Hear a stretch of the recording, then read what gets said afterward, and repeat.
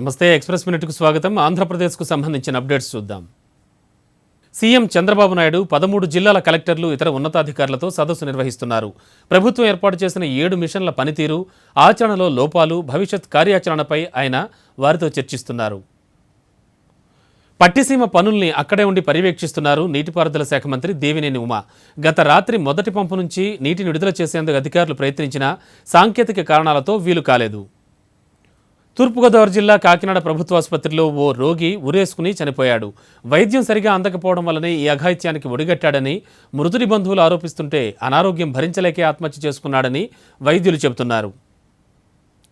చేతబడి పేరుతో క్షుద్ర పూజలు చేస్తున్న వారిని అరెస్ట్ చేయాలని కోరుతూ కృష్ణా జిల్లా తిరువూరు మండలం వామకుంట్ల గ్రామస్తులు ఆందోళనకు దిగారు. రహదారిపై బైఠాయించి రాస్తారోకో చేశారు. పోలీసులు గ్రామ పెద్దలతో చర్చించినప్పటికీ ఫలితం లేకపోవడంతో గ్రామంలో పోలీస్ పికెటింగ్ ఏర్పాటు చేశారు.